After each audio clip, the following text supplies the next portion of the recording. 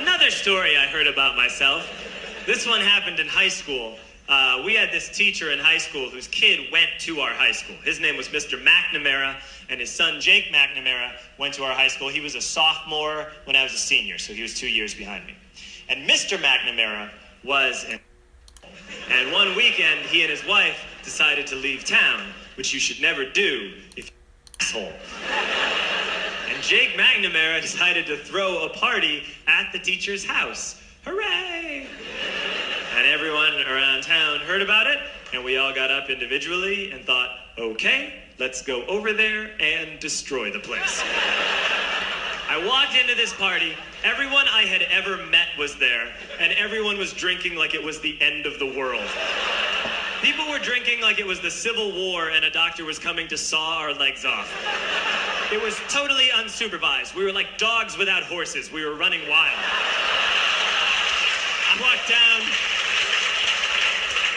I walked down to the basement. They had a pool table in the basement. One dude took a running start and threw his body onto the pool table and broke it in half. Another kid found out which room was Mr. McNamara's and went up his computer. So the party was going great. I'm standing in the basement and I'm holding a red cup. You've seen movies. And I'm standing there and I'm holding a red cup and I'm starting to black out. And I guess someone said like, something police. And in a brilliant moment of word association, I yelled,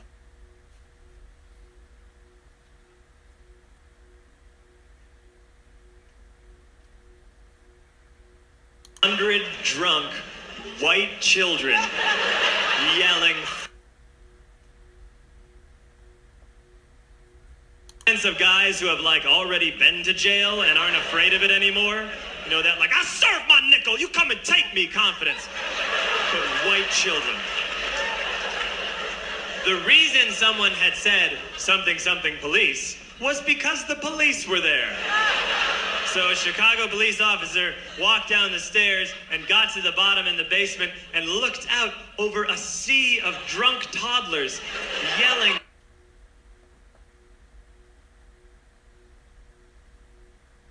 Almost impressed.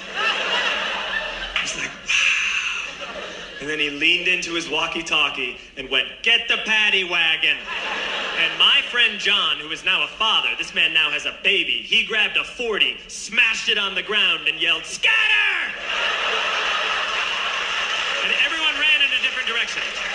We all ran in different directions. It was like that scene in Ratatouille when the humans come in the kitchen and all the rats go in different ways. We all ran in different directions. I ran into the laundry room and I jumped up on the washing machine and I crawled out through a window into the backyard, and now I'm running through the backyard and there was this big chain link fence and I thought, I've never climbed a fence that high before. And then I woke up at home.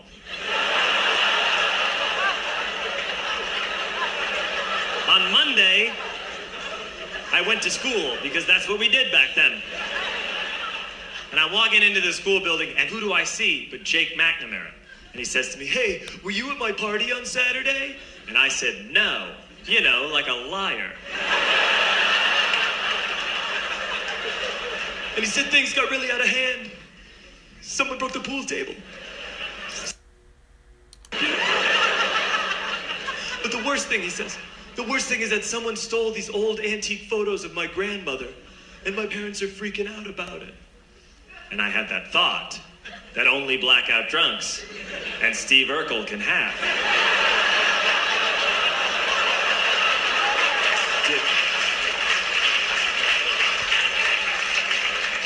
Did I do that? I figured, no, I wouldn't have done that. But I was never sure until 2 years later. Relax. I'm playing video games with this kid named Alex that we also went to high school with. 2 years later, we've graduated by now. We're playing video games for a couple hours. And then Alex says to me, hey, come here, I want to show you something. And he takes me into his bedroom, and then he takes me into a side room off of his bedroom. Never a good thing to have. He shows me a tiny room that is covered wall to wall in stolen antique photos from different people's parties over the years.